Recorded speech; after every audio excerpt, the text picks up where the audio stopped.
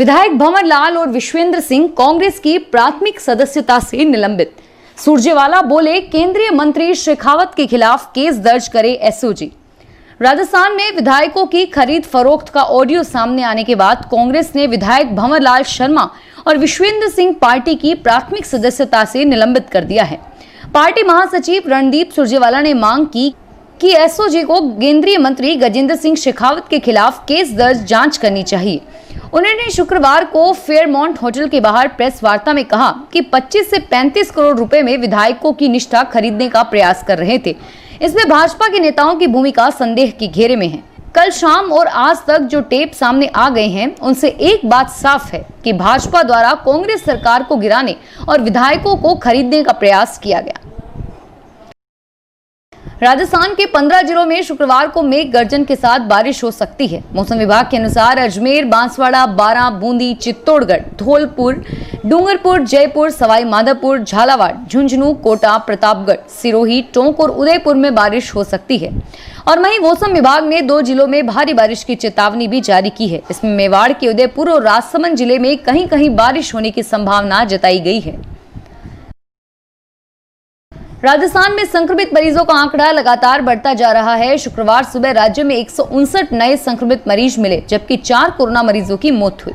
आज सुबह मिले पॉजिटिव मरीजों में सबसे अधिक बीकानेर में सबसे अधिक 32, नागौर में 26, जयपुर 22, अजमेर 16, भीलवाड़ा में 14, कोटा झुंझुनू में 11, अलवर में 9, उदयपुर 6, झालावाड़, दौसा, टोंक, सवाई माधोपुर में 2 और बारां, डूंगरपुर में 1 संक्रमित मरीज मिला।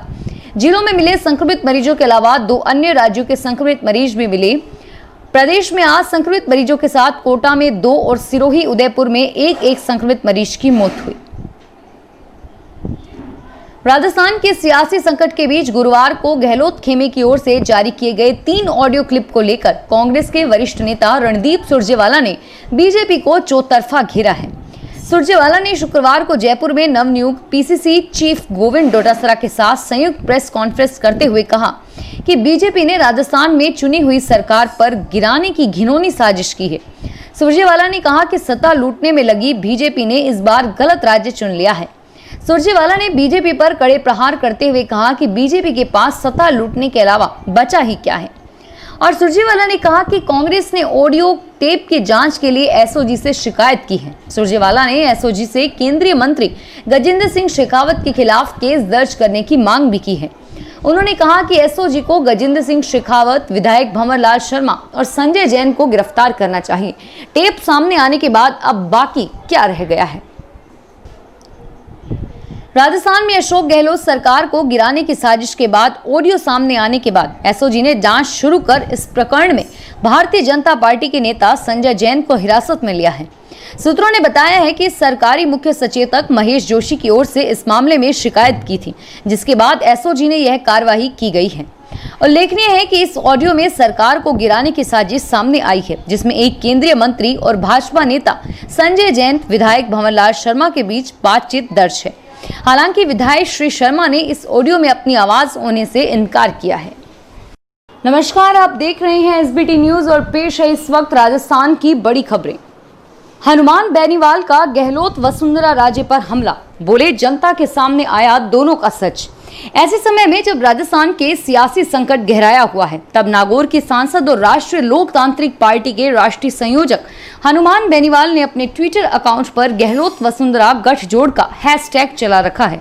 हनुमान बेनीवाल ने ट्वीट किया कि राजस्थान में सीएम अशोक गहलोत व पूर्व सीएम वसुंधरा राजे का गठजोड़ जनता के सामने खुलकर आ गया है। दोनों ने मिलकर एक दूसरे के शासन में दोनों के भ्रष्टाचार पर पर्दा डाला।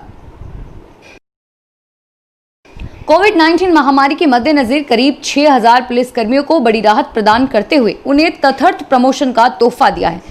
पदोन्नति सिलेक्शन लिस्ट में जिन पुलिसकर्मियों का नाम लिस्टेड हो गया था, लेकिन वे कोरोना के चलते प्रशिक्षण कोर्स पूरा नहीं कर पाए थे, उन्हें सरकार ने प्रमोशन में छूट प्रदान की। इसके लिए राज्य सरकार ने पुलिस सेवा नियमों में संशोधन किया है। राज्य के कार्मिक विभाग ने इसके आधिकारिक आदेश जारी कर दिए हैं। राजस्थान की राजनीति में आए तूफान में मुख्यमंत्री अशोक गहलोत ने कहा कि सचिन पायलट जो अब कर रहे हैं ये नई बात नहीं है। जब से सरकार बनी तभी से षड्यंत्र शुरू हो गया था। 1.5 साल से हमारे और सचिन के बीच कभी बात ही नहीं हुई, टॉकिंग टर्म ही नहीं है, और एक मंत्री मुख्यमंत्री से बात ही नहीं करे, शिला न करे तो क्या है। लोकतंत्र में बात तो आवश्यक है। उन्होंने कहा कि 1.5 साल से जो खबरें आती रही उस पर किताब लिख दो। सीएम ने कहा कि सचिन को सहस्त्र ने नोटिस दिया तो ये बेचारे बन गए। बेचारे सचिन को नोटिस दे दिया, हल्ला मचाया, तब सहस्त्र ने सरकार गिराने के लिए बीजेपी की जांच शुरू कर दी। तो जवाब सचिन दे रहे हैं। गुरुग्राम में मेहमान नवाजी किसकी हो रही है? कौन लोग आज वकील हैं उनके? राज्यसभा चुनाव में भी विधायकों को बाड़ेबंदी करनी पड़ी। ये नौबत क्यों आई? मुझे सरकार बचानी थी उस दिन। पशुपालन विभाग ने पशुओं की पहचान के लिए टैगिंग सिस्टम शुरू किया है। इसके तहत गाय भैंसों के कान पर टैग लगाया जा रहा है। आम नागरिक के आधार कार्ड की तरह ही टैग पर अंकित 12 डिजिट का एक यूनिक नंबर ही पशु की पहचान होगा। इसमें पशु से जुड़ी सभी जानकारी होगी। पशु विभाग ने इसके लिए बड़े स्तर पर कार्य शुरू कर दिया है। उदयपुर जिले में 11 लाख गाय भैंस पर यह टैगिंग की गई और इनमें से अब तक 1,40,000 पशुओं को यूनिक नंबर दे दिए गए हैं।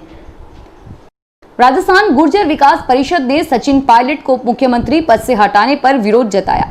परिषद के प्रदेशाध्यक्ष राजकुमार गुर्जर ने कहा कि जब कांग्रेस 21 सीटों पर सिमट गई थी उसके बाद सचिन पायलट को प्रदेशाध्यक्ष बनाया गया था।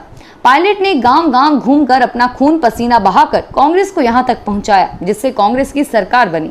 इसके बाद कांग्रेस आलाकमान ने अशोक गहलोत को मुख्यमंत्री पद दे दिया।